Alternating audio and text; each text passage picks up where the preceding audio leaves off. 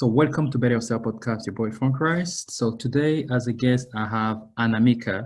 So today we're going to talk about a good subject. We're going to talk about actually why is it important to forgive your father and how is it hard to forgive your father. But today we're going to talk about it in another perspective because Anamika, she actually have kind of like a different type of childhood. We're going to talk about how this actually impact the relationships you have with your father and how is it really challenging sometimes for kids to actually take that decision and how it can actually impact somebody's life, even being an adult as well. So before we start, as I always say to all my guests, I just want you to introduce yourself so people are actually going to know who you are. So, Yeah, hi. Hi. Hi, everyone. My name is Anamika. I am a TEDx speaker, a storyteller, a podcaster. I have a spoken word poetry podcast. I'm also a researcher, a PhD student, and I live in Mumbai, India. Good. You live in anyway. When I want to make that post actually about why is it important, how to forgive your father, and why you should forgive your father. I see your reaction, and that what actually brought my attention. That's why I wanted to know why are you so attached to that subject? So my story is quite different from others. I was homeschooled by my Mm, father for the mm, initial 12 years of my life. And my father is this genius person. He's a mathematician. So when I was growing up, he would often say things like, I'm not much into math and sciences. I'm more into storytelling, mm, languages. It was just never my thing. So growing up, it was very difficult because he would put a lot of pressure on me to kind of become the way he is, kind of like his prodigy. So he'd say things like, "Oh, you're too stupid to be my daughter. I can't yeah. believe you, can't even solve this simple math equation. I can't believe you're my daughter." So things like that kind of affected my, mentality of this, like I'm never going to be good enough for him. I'm never going to be his perfect daughter. I'm never going to be good enough to, for him to be proud of me. So that was one reason I've always had a very difficult relationship with my father, because there was no affection from his side. My relationship with my father at the moment is very just transactional. Mm. It's very financial, like he's there to take care of me, but we never really had a deep conversation. Like he doesn't know anything that's going on in my life. Even after that very difficult TED talk that I did, it was about my last relationship with a narcissist. My Mm. father didn't really know anything about it. So when he watched it, he was in like, okay, I didn't know anything about it. And I was like, you've never been there in my life to know things like that. So yeah, that But was not does he very, follow you like on social media? Does he watch what you do as well? Like in terms of does he pay attention to your work? he's my friend on Facebook. So he comes across, all these I things that I hope this do. episode don't want to bring any trouble, right? No, no, no. I All mean, right. we've had this conversation. We've had a very mature conversation that, where I was very clear that I do not want a father who is not supportive of what I'm doing, because this is important to me. What I am doing, I'm trying to help people who have been through the same circumstances, been through the same journeys. I want to help them. If you're not supportive, I don't think I need you in my life, because you've never been there anyway. So I think it's there now. Yeah, I think that's We have another. that understanding. Yeah, I think the thing about this, like when parent actually, as you say, like he help you like financially is there for you, but what people don't understand is sometimes it's not just about the money, what the kids Mm. want sometimes is just to pay attention to somebody's life, to be there for the person, physically be there or call them, trying to know how they're doing. Money is nothing because everybody can give you money and look after you. We just need that affection. But like does he really like how the way you grew up actually, what do you think is the let me just rephrase it. Have you made peace with your dad, right? I can't say I've made peace with him. I think I'm just okay with him existing in my life. We have a functional relationship to a point where I want to cut up all relationship with my father at some point of time, maybe soon. But I mean, it's just that he exists. There is no emotional attachment, absolutely whatsoever. We're just two very different people. Yeah, I think the longest conversation I've had with my father, probably 5 minutes. over the phone call, and we just small talk about weather and how was your day, and that's it, nothing else. Because So I have a conversation with somebody last week. I wanted you to be there, but couldn't. It was about the same mhm, topic as well. The person was saying sometime what happened is when people act certain ways because they actually have a different childhood as well. Maybe your father mhm, have a childhood that actually made him be the way he is right now because you can only give what actually people have. But how did you protect yourself in terms of how did you grow up, become the person you are today? Because I know like you have like a platform that you actually use with mhm, you kind of help people as well. So how do you do that to actually stay focused? mhm. Well, I think the biggest struggle for me, Yeah, good. Sorry. yeah. So the biggest struggle for me was when I started going to school, I was bullied a lot because my father wasn't there. So my friends' fathers would just come and pick them up or drop them off or be there at the annual function, cheer them, and I just never had that father figure present in any of those events. So that left a huge scar and a void in my heart because I mean, I've always had my grandfather. So I was raised by my grandparents. Both my parents work, and my mom was used to be very, very busy. I barely ever saw her growing up. So for me, my grandparents were like my parents. So I've always had my grandfather, but I've never had my father. So that thing was kind of scarring because my friends always bullied me. They were Right. not very nice to me. So I mean, what people don't that was. understand, yeah, what Mm, people don't understand is that it creates like a hole in your heart, in your space, and it makes you feel empty because you always feel like you need that presence in your life, but you just grew up and it have such a big impact in your life. I feel like it's very important to talk about it. I think that's the reason why you start doing your TED story. mhm. The thing is, that's a big reason I always lacked that kind of support, that emotional attachment, that affection from my father. So it created that void. And I had not noticed it, what I was missing. I thought it was something I had to live with. But I started going to therapy because somehow my relationships, all of them were failures. Hmm. I don't know why I was attracting all these wrong men who were clearly not good for me.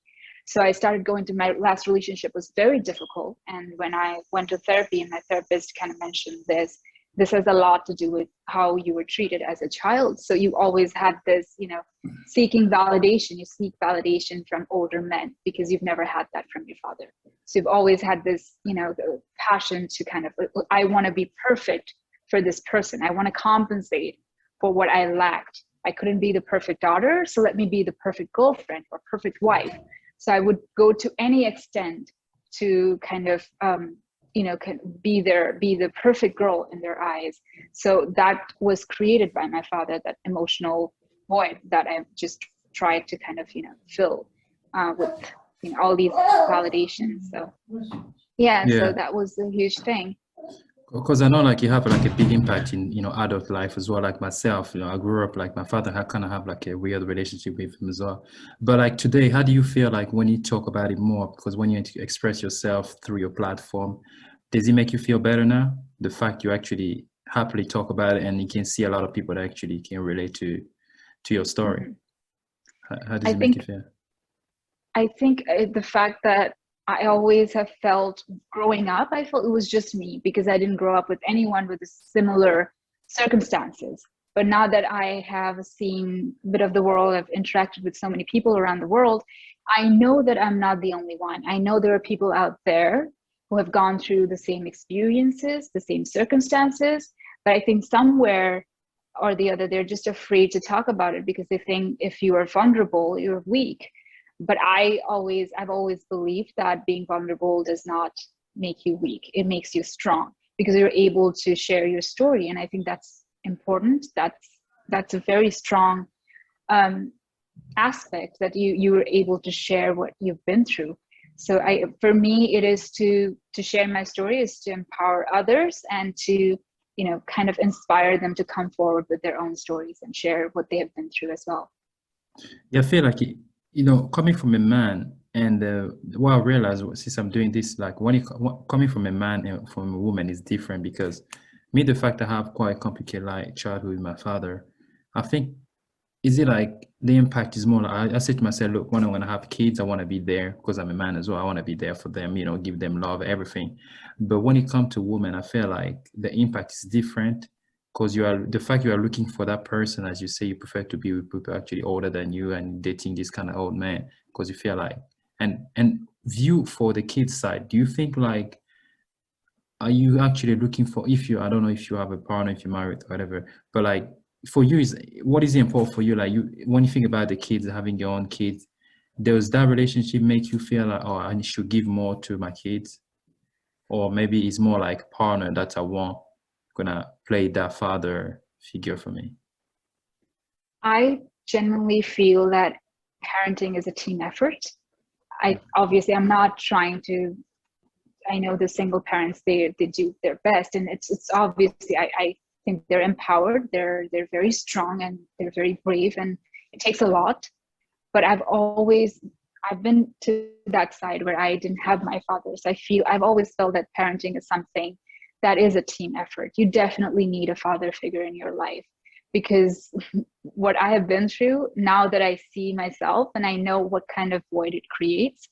So even if it doesn't have to be your own father, maybe uncle, or maybe someone, you need someone Hmm. to be present at those annual events. You need someone who can take you out for ice cream when you were a kid.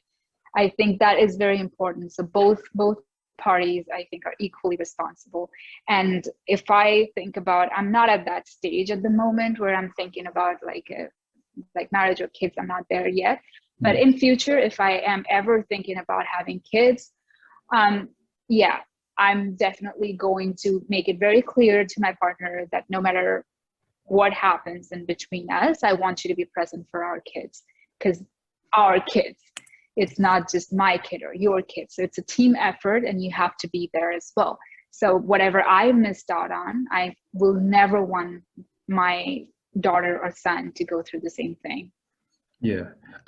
Coming to your what you're actually doing, right? What is your main goal of your platform? Because I see like you do the TED story, you have few things on Amazon as well.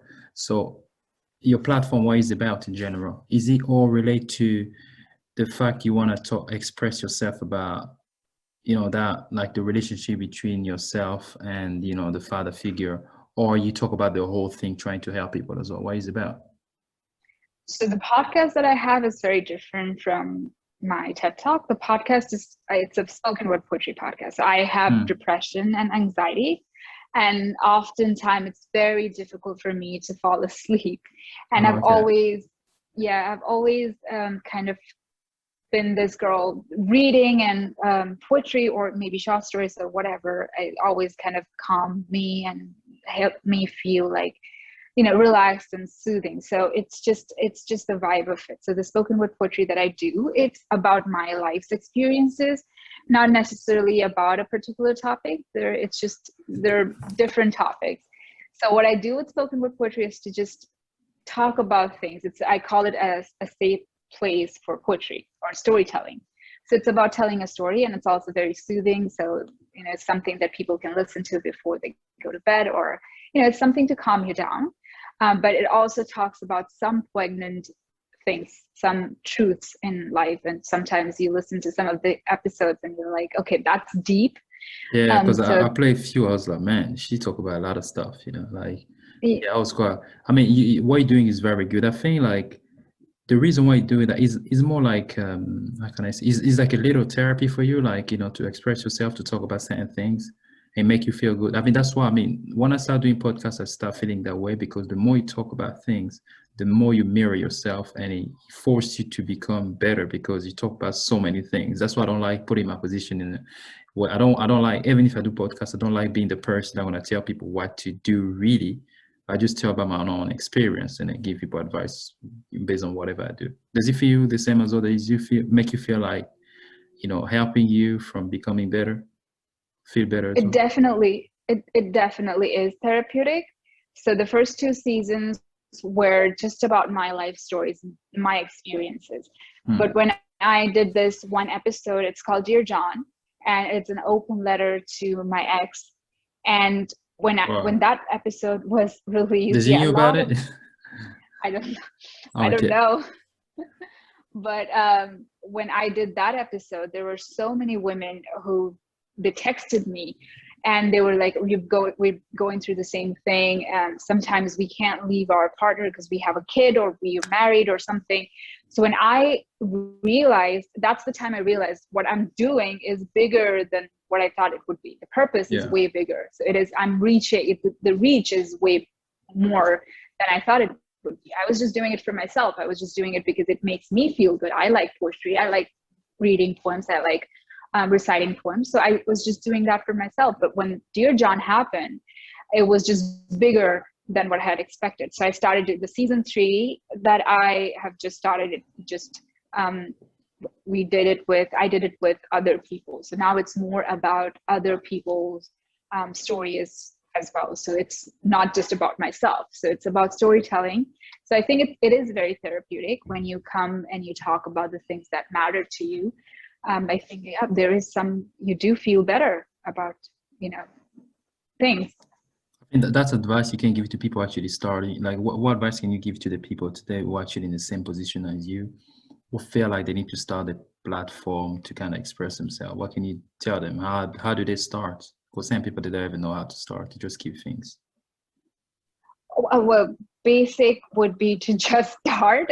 If you don't have an outline, I think the most important thing is for your purpose to be clear, what you want to do and why you want to do it. These are two questions that you need to ask yourself. Why am I doing what I'm doing?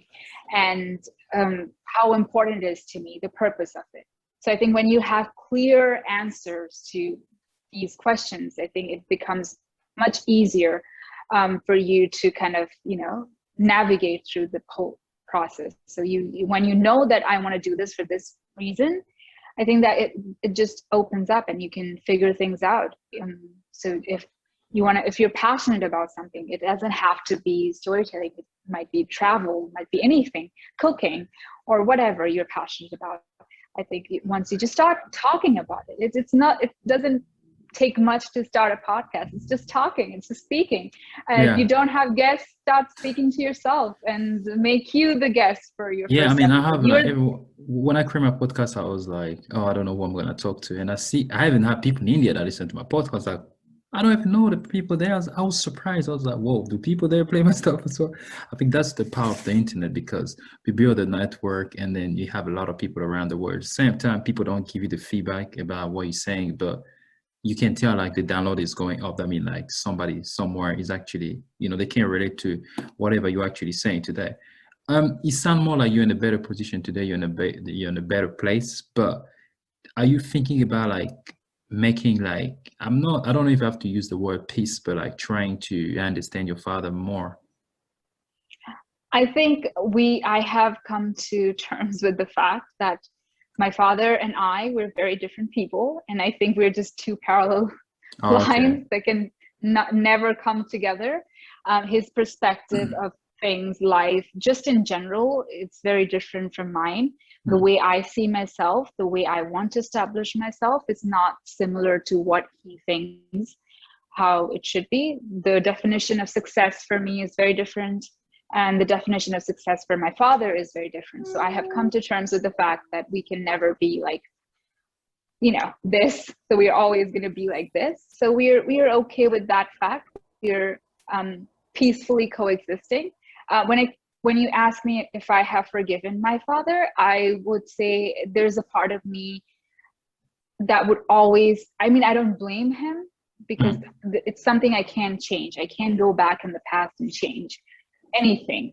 But there is a part of me, I think he definitely left a scar. He definitely left a void that will take me a very long time to heal. But I'm in the process. So one day, maybe in future, I'll be able to say that, okay, I have completely healed from everything that has happened to me.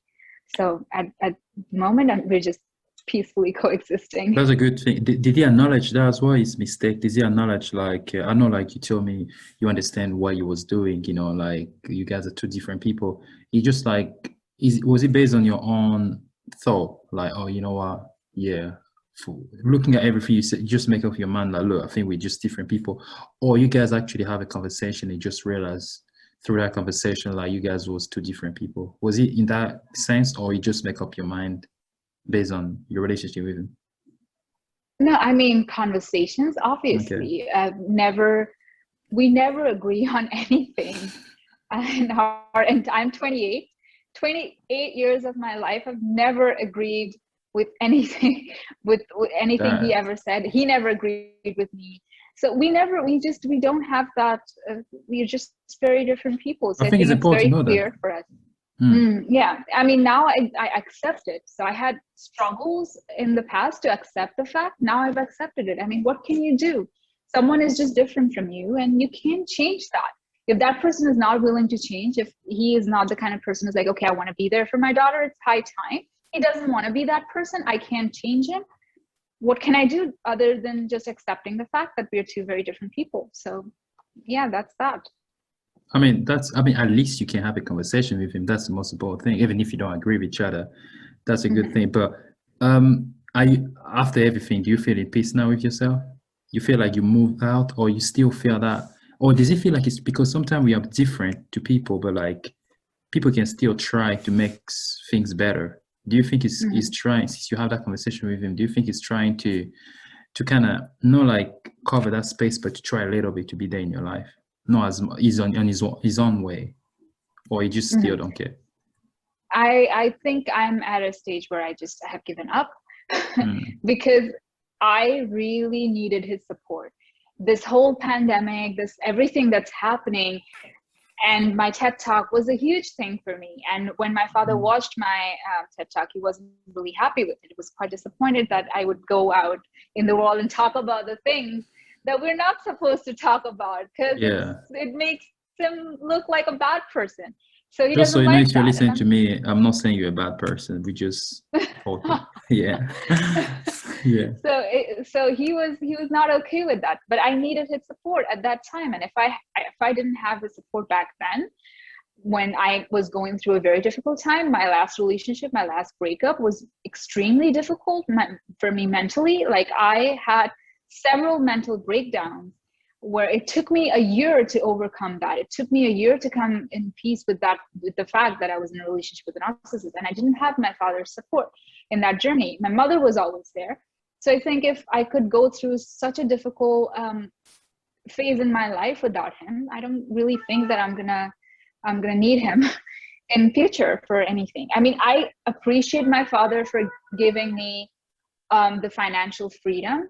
It was always there, and At he least you did never that. said, yeah, he never said no to me for anything. He was always like, okay, you want this, fine, you get it. Good. So it was I appreciate that. I really do. I know not a lot of people have it, and I am grateful for that, Yeah, but same that's not father. They enough. actually just disappear in your life. Then they don't even exist anymore. Yeah, go on. Yeah, but that's not enough. That's not enough, and that's not the only thing I require from you. I need more. And if you're not able to provide all that, then emotional security, support, then I don't think I'm ever going to be needing you for anything. So I'm good. Yeah, there's one thing you say like you have like a bad relationship with somebody, like your ex. I don't know if it's your Mhm. ex, but like yeah.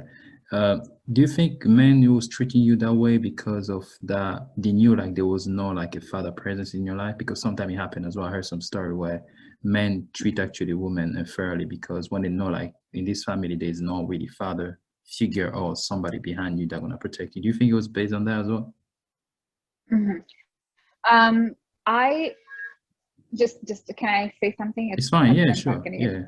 Okay, do you want me to turn on the lights because the light just kind of? Do you Oh no, no, think it's it's fine. off? It's fine. Yeah, it's It's fine. fine. Okay. Yeah. Okay. Okay. um yeah, oh, so about my ex was he's a narcissist. So we discovered that when I started going to therapy. I started speaking more about the relationships, and my therapist, even my life coach, they were like, okay, this man sounds like a narcissist. So taking advantage of people, I think, comes naturally to him. So the fact that I was not on good terms with my father, I think he took advantage of that, the fact that I was emotionally vulnerable and I was emotionally dependent on him. Huge dependency. because I didn't have anyone else in my life. So he was kind of, to a point, he was like my everything. So he definitely knew that I had no other, and he also, I had friends, and he kind of conspired and made me think like my friends were not good for me. My friends didn't want well for me, because my friends were always cautious about him. They warned me, this guy is not good for you. And he just kind of, you know, was like, okay, these people are not good because they don't want us to see, they don't want us to be together. So I was cut out from my friends completely. So I had nobody else. I just had my ex. So he definitely took advantage of the emotional vulnerability. I don't know if it's the fact that I didn't have a very good relationship with my father, but definitely the emotional vulnerability that I had really opened up to him. He took advantage of that. And yeah, I was gullible, I was naive, but there were also very distinguished and clear red flags that I chose to ignore because I was so dependent on him emotionally. The thought of leaving him, I collapsed thinking about the thought of leaving him. So I could never leave him. And I think he kind of knew that. So he took advantage of that. And he took no accountability for it. He was just, yeah. But how did you get out of it? It was because of the therapies, or how did you get out? Yeah. At that time in 2020, we broke up in 2020, Jan 2020, like completely no contact whatsoever. Therapy, my friends, because the lies were getting way more obvious. Infidelity was a huge thing.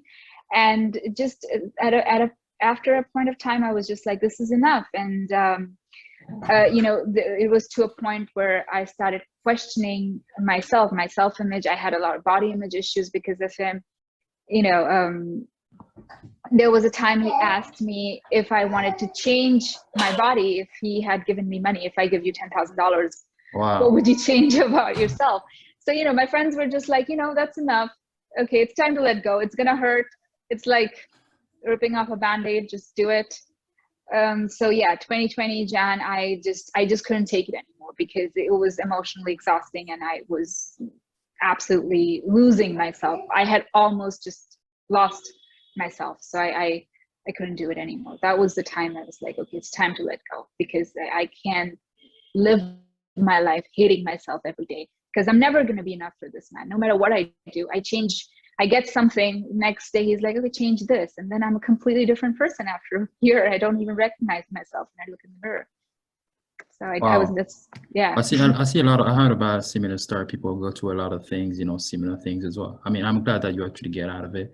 And now you are using your platform to kind of help people been through the same thing that you've been through. I think that's the whole purpose about having a podcast and having this platform as well, because at least you are able to talk about your own story. Even if you don't really tell people what to do, people can still see the way you actually survive. And now you can actually, and for anybody actually want to get in touch with Anamika, I'm going to put all the link on the description if you guys want to get in touch with her. And I'm sure you offer some services as well, right, to help people. How does it work? Online, do people have to book? How does it work? Or you don't actually do any service, you just like talk and people it's just a poetry platform. So anyone with a story, I do have this request. Anyone with a story. People have a story, you actually read the story. Yeah, I could make a poem out of it, or they can just narrate their story. If I like it, just connect with me. I'm sure you're gonna leave the email ID. They can just email me if you have an interesting story that you would like to share with the world. My platform is yours. I would love to have you as a guest or do something with you poetry wise and make something happen and share your story with the world. That's one thing that I can do. That's really good. Before we wrap it up, I was going to say, when it comes to your father as well, so what can you tell to people actually being in the same position as you, who are kind of stuck, who doesn't know how to especially start a conversation with the dad? Because I think that's the hardest part, to actually start a conversation, because most of the time it's always like phone call, short messages without any like deep conversation. So how can they start the process? Sit that man down and just tell him, take accountability for what you've done. Damn. This is what it is. and just be like, okay, you were not there for me. I understand, I appreciate what you've done so far. I am grateful. I will never take that away. I'm always forever grateful to my father. But that is not enough for me. And if you're not going to be there for me, I just don't think that it's like breaking up with your father in a way. You just sit down and do the talk. But I think you need that. You obviously need that. He's a huge part of your life. He's your father at the end of the day. You if you're not able to communicate with that man, then I think it's just, what are you going to do? So just sit down and have a conversation and just talk about how you feel. It's high time to just kind of talk about things. So yeah, talk. Wow, I'm gonna take it. I know it's not easy though, but still gonna have to do that. Yeah, it's easier said than done. So yeah, I just so before we actually wrap it up, I wanted to say anything else you want to add, something that you feel like is very important for you to say, relate to this subject, anything that you feel like you wanted to express. Just one thing, Yeah. I used to feel this all the time when I was going through difficult times in my life, not just um, in terms of my, my relationship with my father, also like in a relationship, in a romantic relationship and other things. I used to always feel that I'm the only person. Why me? Why is God punishing me? Why am I going through this? So I just want people to know that it's not only you. There are people out there who've been through the same thing or been under the same circumstances. And it's not weak to talk about these things. Whatever your struggles are, it won't make you weak if you open up about your struggles. So I think it makes you strong. So just be vulnerable, share your stories, and talk about the things. Talk about your journeys. Talk about your experiences. Express yourself, talk about your story. I think it's very good. That's why I use my platform a lot for that as well. I feel like it feels good. And the more you talk about people, the more you invite people as well, you feel like you can relate, and you're quite surprised how all the story looks kind of the same, and people feel how we feel, even the way we suffer or we see things, it's just the same experience everywhere. I think it makes people feel good because you feel like you are not the only person on earth, or you are not like a bad luck or whatever. It's just like, it's something that happened in many people's lives. And today with the power of the internet, we can actually share our story, inspire other people. And yeah, I think that's why. Just want to say it was very, very nice to have you today, and I hope next time we're gonna talk about something else as well, because I see your profile. You talk about a lot of things, and I'm gonna share the story. I'll let you know as well when he's actually able to do that. So anything you want to say to your people that are listening to you? Just keep reading and listening to poetry if it makes you feel any better. And yeah, you're not the only one. There are people going through the same thing, and don't ever feel alone. That's all. I'm here to listen to your stories. Thank you. If you have any story, make sure you click to the link. I'm going to put all the things on the description. If you want to get in touch with Anamika, just make sure, don't be shy. She's a nice person. I'm sure she's going to be able to help you for that. And thank you again for having you today, and see you next time. Thank you so much. All right.